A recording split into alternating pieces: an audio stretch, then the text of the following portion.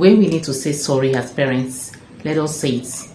We shouldn't make it look like we are on a haul. Now, these children were watching us. It is what we are doing that they're going to do.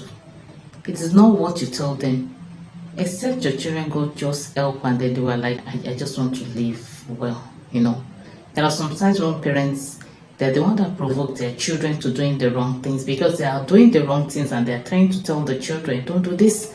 And the children were like, what? So that's why I said, you live by example. Live out what you preach or you say to your children.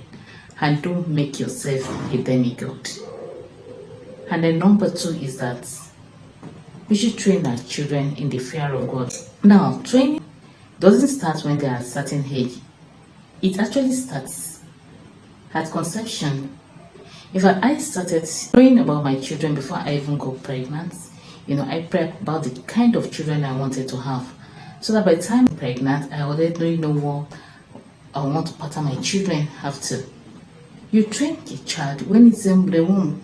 When your child is moving abnormally, you can pat that side and tell the child to be calm. When you do that continuously, the child knows when to calm down. When you just tap without talking, the child knows what you're doing. You pray for those photos. They are living things. They are hearing. Know what you are thinking as a mother. It's positive. Even when things are not right with you. In our thoughts, in our reading and doing all that, let it be positive things. Let us speak positively, especially mothers.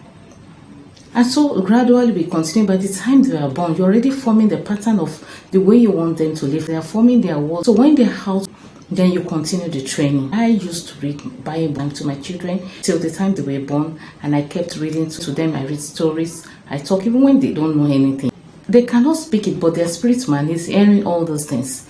By the time they grow up, knowing all those things, by the time they are speaking, they speak these things that you have already spoken into their lives.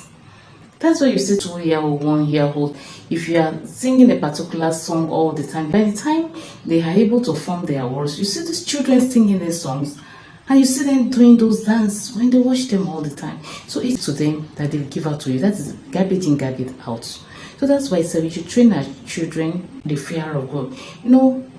Most times when we are training them, like they want to do something, they will say, my mom must not hear, my dad must not hear. It's all about mom and dad, you must not hear. But when they are living in the fear of God, and you are not there, and there are certain things that are being played out before them, you are like, wow, what is this? They'll be like, oh, I must not do this because God in heaven is saying me. God is there. It will be God is there, God is there. And so they will not do those things they were not supposed to do. They will live in the fear of God. And nobody can influence them anyhow. Because they are not living the pattern of man, they are living the pattern of God.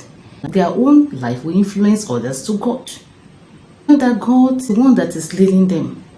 So they would rather preach or talk to the people outside that you are not doing well. Rather come to this side and see that you can have a better life. So those two things are very important. We live by examples and we train our children to live in the fear of God. You see, when we do these two things, then we can go to bed. And then the world will be in a better place. Our children will not go wayward. They will not do whatever they like. Because they live by principles of God. They live by those things that are right. You cannot easily sway them here and there and say, okay, this is the right path. Tomorrow this one says this is the right and the left. Because they know between the right and the left. They know what is wrong and right. What they should do at that time and what they should not do. When their emotions are balanced, then we can go to sleep.